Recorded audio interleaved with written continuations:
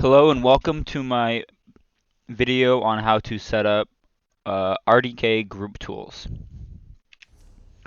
First, before you even download it, you need to make sure that you have the dependencies. Make sure you have all of these on and selected. Now, I'm just going to go from top to bottom.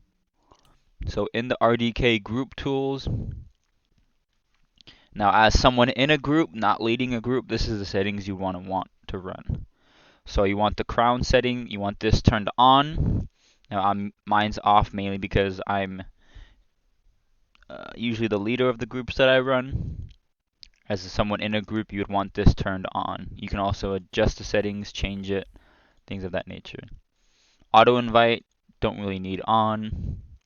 Follow the crown arrow, you turn this on, and once you get it adjusted, once you get it to a spot you like, you can go to the next section. Warnings in audio are optional. I personally wouldn't recommend it. They're kind of annoying. Beam you want on. You can adjust the beam and the color.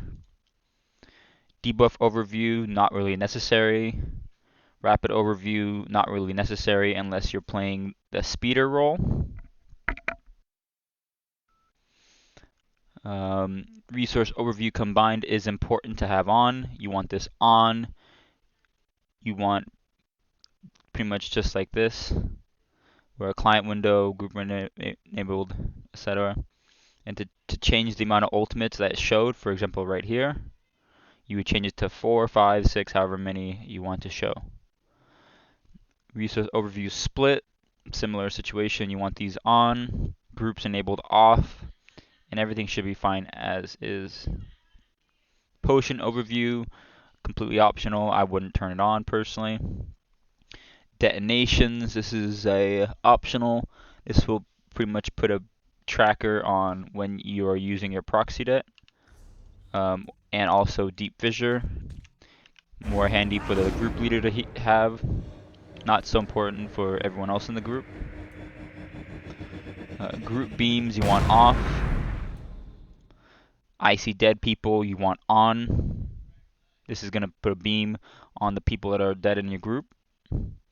Yet another compass you want on. This is going to help keep track of when a leader calls southwest, east on a push. Simple compass you don't need on if you have yet another compass on. Now, in terms of all of these are completely optional. I'll go over each one real quick. Siege Merchant will pretty much pick, you can set however many of each item you want to buy every time you go to a Siege Merchant. Completely optional. I usually just turn these off. Pretty much almost all these you don't need on.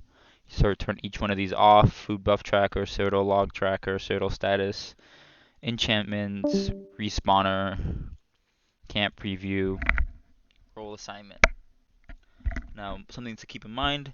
Now, if you're a damage dealer, you want to have synergy prevention off. If you're a support or a healer, you want this on.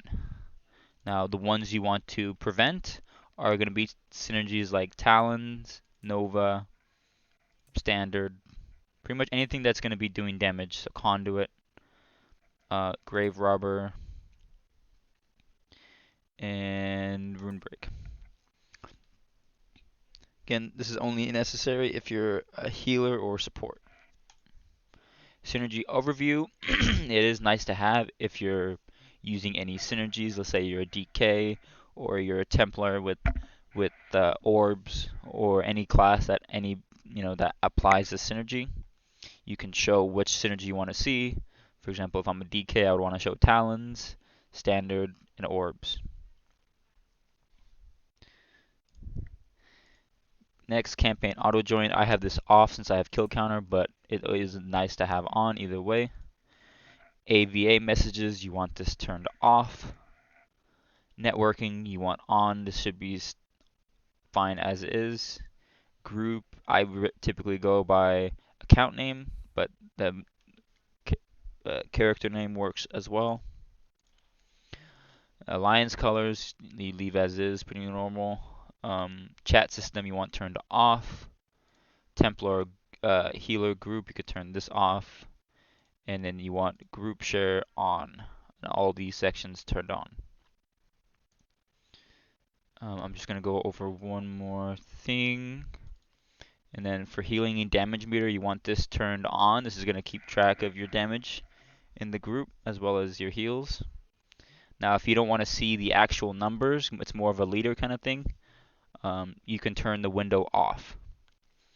But you do still need to have it on and enabled.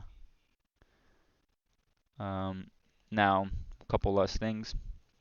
When you first download the add-on, everything is going to be red in the middle of your screen. In order to move it, once it's red, you click on it and you move it.